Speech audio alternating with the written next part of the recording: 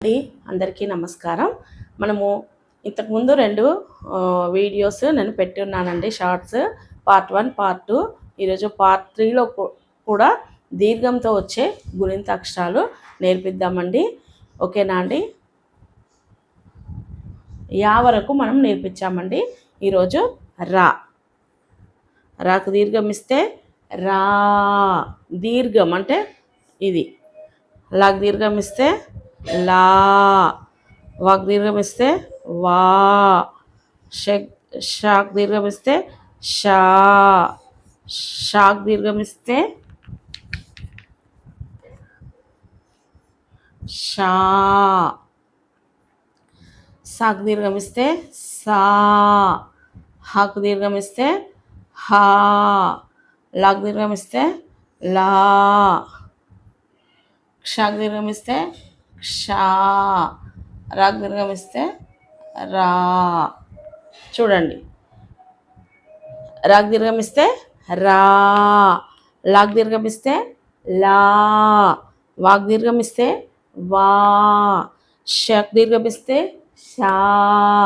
Shock దీర్ఘం ఇస్తే షా. సాక్ దీర్ఘం ఇస్తే సా. హాక్ దీర్ఘం ఇస్తే హా. లాక్ దీర్ఘం ఇస్తే లా. క్షాక్ దీర్ఘం ఇస్తే క్షా. రాక్ దీర్ఘం ఇస్తే రా.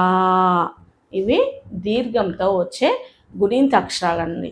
అయితే ఇవి ఇంతకుముందు నేను చెప్పినట్టుగా ఇప్పుడు రావి మనం ఇవి నేర్పిస్తే పిల్లలు ఈజీగా రాయగలుగుతారు.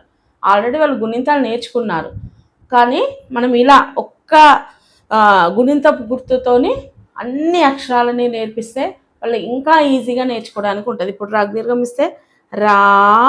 వాగుడిస్తే వి. రావి. లాలి. లా ప్లస్ లాగుడిస్తే లి. లాలి. ఇవి కూడా ఇలా ప్రతి ఒక్క లెటర్తో అక్షరంతో వచ్చేవి ఇలా నేర్పిస్తే వాలు. వాకు దీర్ఘం ఇస్తే వా. లాకొమిస్తే లు. వాలు. షాలువా. ఇలా అంటే మనము నేర్పించేవి ఏవైతే ఉంటాయో అవి పిల్లలు ఈజీగా మైండ్లో పెట్టుకొని రాయడానికి వీలు ఉంటుంది, తప్పులు లేకుండా రాయడానికి అవకాశం ఉంటుందండి. ఈ పద్ధతిలో కూడా మీరు నేర్పించి చూడండి, మీకే తెలుస్తుంది. ఓకేనా అండి? మరి మరొక వీడియోలో గుడితో వచ్చే గుణింత అక్షరాలను మనము పిల్లలకు నేర్పిద్దామండి. ఓకేనా అండి? బాయ్ అండి.